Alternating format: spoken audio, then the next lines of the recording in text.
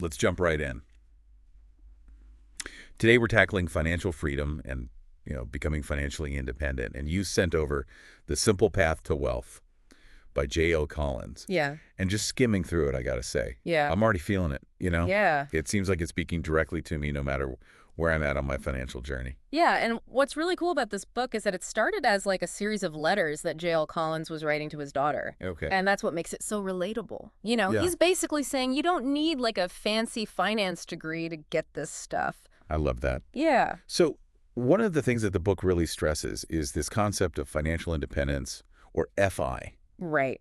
So in a practical sense, like what does that even mean? So FI is having enough money invested that the passive income that it generates can cover your living expenses. Okay. So basically what that means is you're not tied to a job to survive, right? Right. You have the freedom to work because you want to, not because you have to.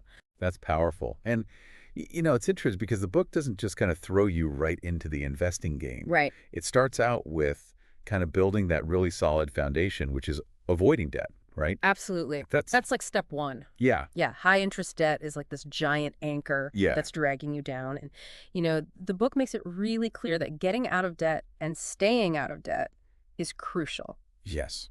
If you want to build wealth, that's like the non-negotiable step. Okay. So once you've tackled that debt, where do you start putting that money to work? Yeah.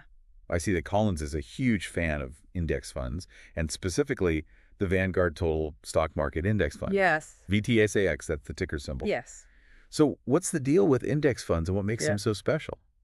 Well, index funds are great because they offer you instant diversification. Okay. So with VTSAX, for example, you're basically buying like this tiny little piece of hundreds of different companies. So you're spreading your risk across like the entire stock market. And like as a bonus, they have super low fees. Okay, that makes sense. But I got to say, Yeah. the stock market just seems like a roller coaster. Sometimes it's kind of intimidating. You Yeah. see all those ups and downs. But Collins actually says that we should see market volatility as like a good thing. Right. How can that be? Think of it this way. Like when the market dips, it's like this giant sale on stocks. Okay. And historically speaking, the market has always trended upwards over the long term. Right. So all those dips are actually opportunities for you to buy more at a lower price. Okay.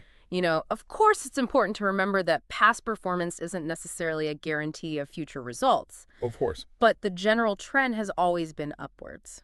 That makes me feel a bit better about the inevitable dips. But how do you figure out how much you actually need Yeah. to be financially independent? Well, that's where this thing called the 4% rule comes into play. So imagine all your investments are like this giant pie, right? Okay. The 4% rule basically suggests that you can withdraw 4% of that pie every single year, and you won't run out of money for like 30 years, Wow. over a 30-year retirement. So So to figure out your own magic number, you can take your annual expenses and just multiply it by 25. okay, so let's say I need $50,000 a year to live. I would aim for like a $1.25 million portfolio. Exactly. Wow, that actually makes it seem much more attainable. Yeah. It's like you can actually wrap your head around it. And that kind of brings us to this concept that I'm really curious about. And it's what he calls FU money. Oh, yeah, FU money. This is where it gets interesting. Right. So FU money, it's not about being rude or anything like that. Sure. It's about having that financial cushion that gives you like the ultimate freedom. Yeah. It's that feeling of knowing that if you wanted to, you could walk away from a bad job. Right. Or you could walk away from a toxic relationship. Yeah. Or just anything that, just doesn't align with your values anymore. I love that. It's about, you taking back control and having that power to make choices that are best for you Yeah. without being held back by, Yeah. financial restrictions. Absolutely. Have you ever had a situation in your life where you wished you had that FU money? Oh, absolutely. I think, most of us have been in situations where that financial security would have given us a lot more options. Right. And that's why it resonates with so many people. Yeah, it really highlights that financial freedom isn't just about the numbers, it's about the freedom of choice. Exactly. And, the book doesn't stop there. It also touches on lifestyle choices Yeah. and this concept of minimalism. Yeah, Collins really emphasizes that true wealth isn't about having like the biggest house or the fanciest car, Right. It's about prioritizing what really matters to you and aligning your spending with those values. Yes. Sometimes it's about choosing like experiences over material possessions. So to kind of wrap things up, Yeah. it seems like The Simple Path to Wealth is all about empowering you, giving you that power to take control of your finances. Absolutely. And it's not about getting rich quick. It's about making those smart and consistent choices over time. Yeah, and that brings us to like this question that I want you to think about. Okay. If you had that FU money today, what's the one thing in your life that you would change right now? What's holding you back? That is something to think about.